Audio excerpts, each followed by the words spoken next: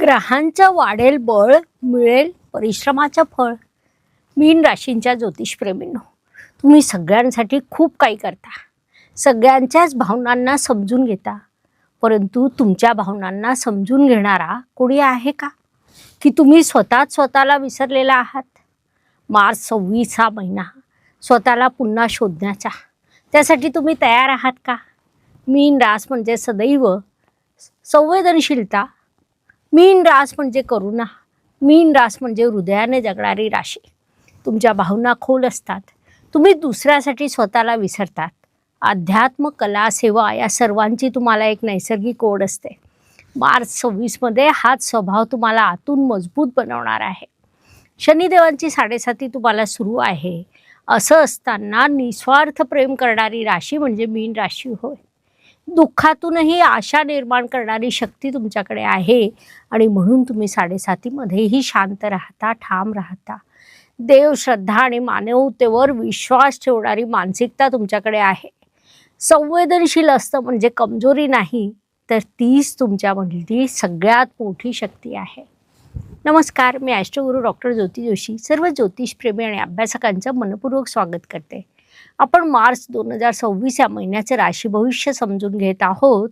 आज आपण मीन राशीच्या जातकांसाठी हा महिना कसा राहील यावर सविस्तर चर्चा करणार आहोत. विविध दृष्टिकोनातून या महिन्यातील ग्रहस्थितीचं शास्त्रोक्त विश्लेषण करणार आहोत. सोबतच व्हिडिओच्या शेवटी मी तुम्हाला या महिन्यात करावयाचे विशेष उपाय सांगणार आहे, त्यामुळे व्हिडिओला शेवटपर्यंत बघा.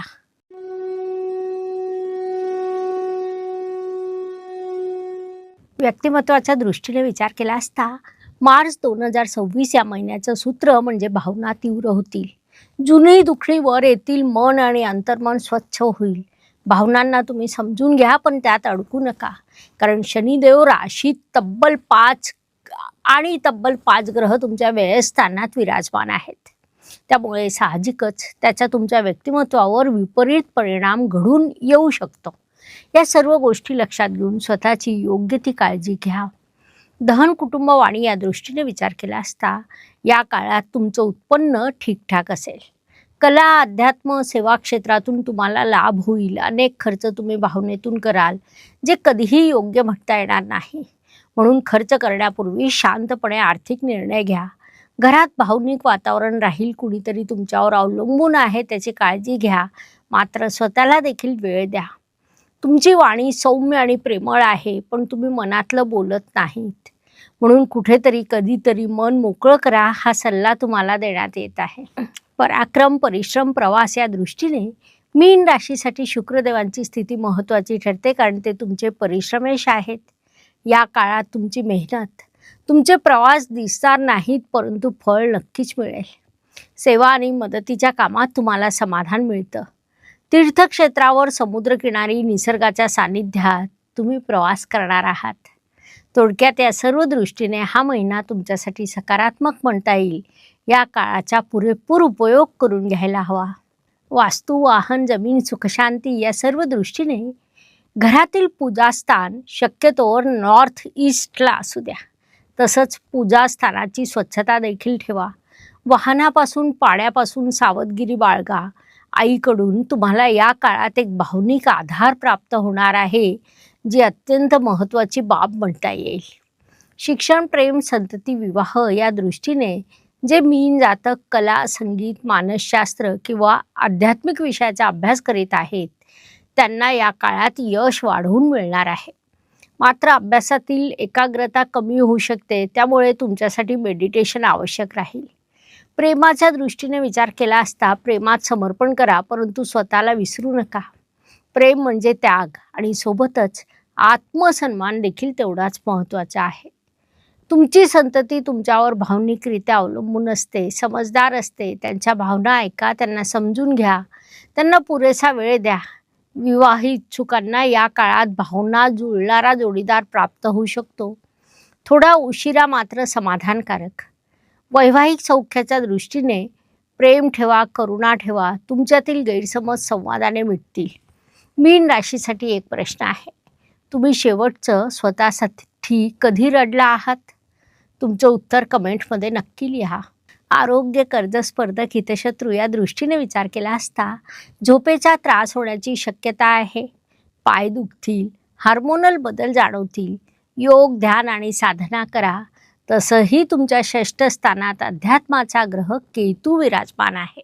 कर्ज भावनेतून घेऊ नका. खरोखर गरज असेल तरच कर्जाचा विचार करा. थेट कुणाशी शत्रुत्व होणार नाही, मात्र तुमची भावनिक फसवणूक होऊ शकते. अंधविश्वास टाळा. या सर्व गोष्टी लक्षात घेऊन स्वतःची योग्य ती काळजी घ्या, हा सल्ला देण्यात येत आहे. नोकरी व व्यवसाय या दृष्टीने विचार केला असता सेवा, आरोग्य, आर्ट्स, NGO अशा क्षेत्रामध्ये तुम्ही यशस्वी व्हाल. लोक तुमच्यावर विश्वास ठेवतील. अध्यात्म, आयुर्वेद, कला अशा क्षेत्राशी संबंधित तुमचा व्यवसाय असेल तर हळूहळू परंतु स्थिर वाढ होईल. केअरिंग, काउन्सिलिंग, हिलिंग सेक्टरमध्ये तुम्ही उत्तम कार्य करू शकतात. भगवान श्रीकृष्ण आणि सुदामा यांची गोष्ट सर्वांना माहिती असेल. सुदामाकडे काहीच नव्हतं, मात्र हृदय, मन शुद्ध होतं. शुद्ध मन असेल तर देव देखील दार उघडतो. मीन राशीच्या जातकांनो, मार्च 2026 हा महिना तुम्हाला हेच शिकवत आहे. ज्येष्ठ नागरिकांच्या दृष्टीने या काळात तुम्हाला आध्यात्मिक समाधान मिळेल. जुन्या आठवणीमधून शांतता मिळेल. तुम्ही देवसेवा जपायला हवी. महिला वर्गांच्या दृष्टीने या काळात तुमची भावनिक ताकद वाढणार आहे. स्वतःला प्राधान्य द्या. कला आणि सेवा क्षेत्रात तुमची ओळख निर्माण होईल. मी अनेक वर्ष ज्योतिषशास्त्र आणि भगवद्गीतेचा अभ्यास केला. त्या अभ्यासातून जन्माला आला हा ग्रंथ, ग्रह गीता. हा ग्रंथ फक्त भविष्य सांगण्यासाठी नाही तर भविष्य घडवण्यासाठी आहे. आजच प्रकाशनपूर्व नोंदणी करा 40% सवलतीसह आणि गीतेचा प्रकाश आपल्या जीवनात आणा. भाग्य व शुभसंकेत या दृष्टीने मीन राशीसाठी या काळात अनेक शुभसंकेत निर्माण झालेले आहेत. प्रामुख्याने तुमच्या व्ययस्थानातून, राशीतून आणि सुखस्थानातून अशा 3 स्थानामधून बुध, शनी आणि गुरु यांच्यात परिवर्तन योग निर्माण झाला आहे, जो तुम्हाला विशेष यश देणार आहे. खर्च नक्कीच होईल, मात्र तुमच्या यशात देखील वाढ होणार आहे. अशा अनेक शुभसंकेतांनी हा महिना परिपूर्ण भरलेला आहे. त्यापासून तुम्हाला शुभ परिणाम देखील प्राप्त होणार आहेत. म्हणून या काळाचा तुम्ही पुरेपूर उपयोग करून घ्या. कर्माच्या दृष्टीने तुम्ही अतिभावनिकता टाळायला हवी. निर्णय घेताना गोंधळ होण्याची शक्यता आहे, म्हणून ठाम निर्णय घ्या. स्वतःची किंमत स्वतः कमी लेखणं बंद करा. समुद्र शांत असतो, परंतु खोल लाटा सुरू असतात.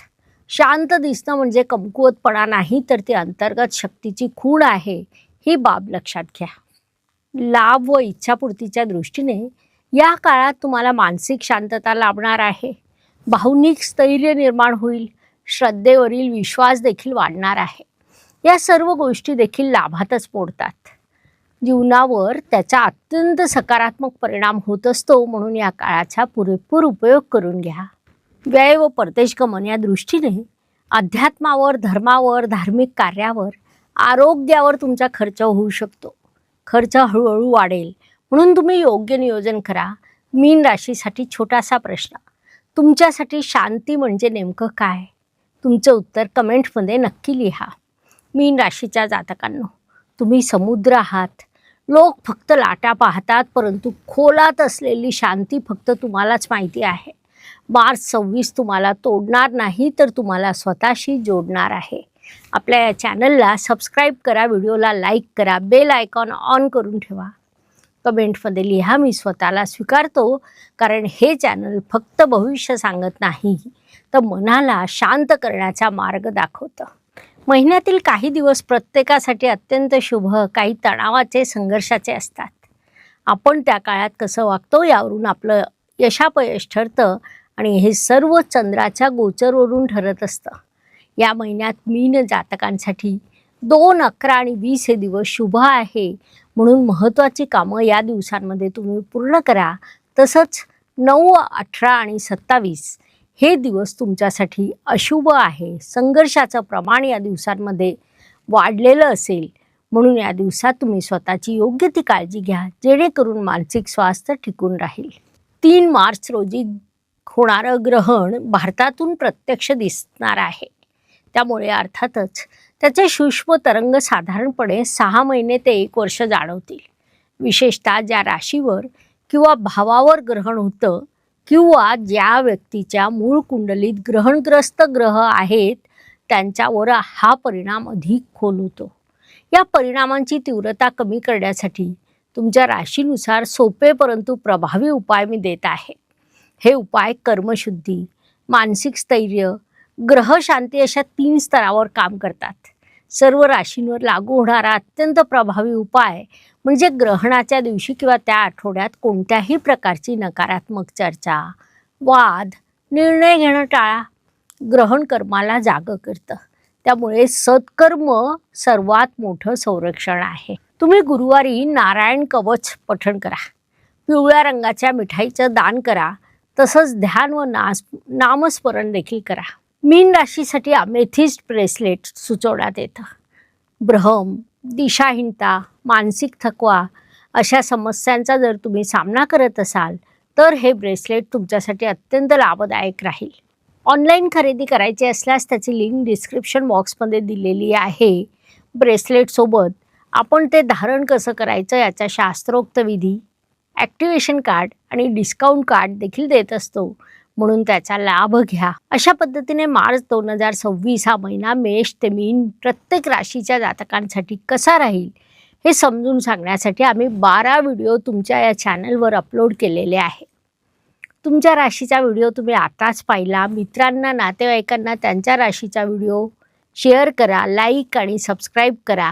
तसंच कमेंट सेक्शनमध्ये हर हर ज्योतिष, घर घर ज्योतिष अवश्य लिहा. धन्यवाद. शुभम भवतु. जय ज्योतिष.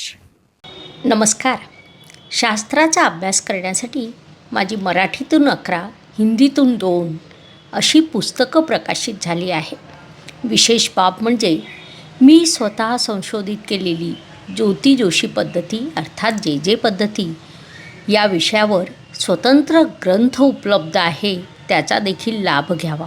यूट्यूबची कार्यप्रणाली ही मुख्यतः लाईक, शेअर आणि सबस्क्राईबवर चालते. Please like, share and subscribe the channel. धन्यवाद. शुभम भवतु. जय ज्योतिष.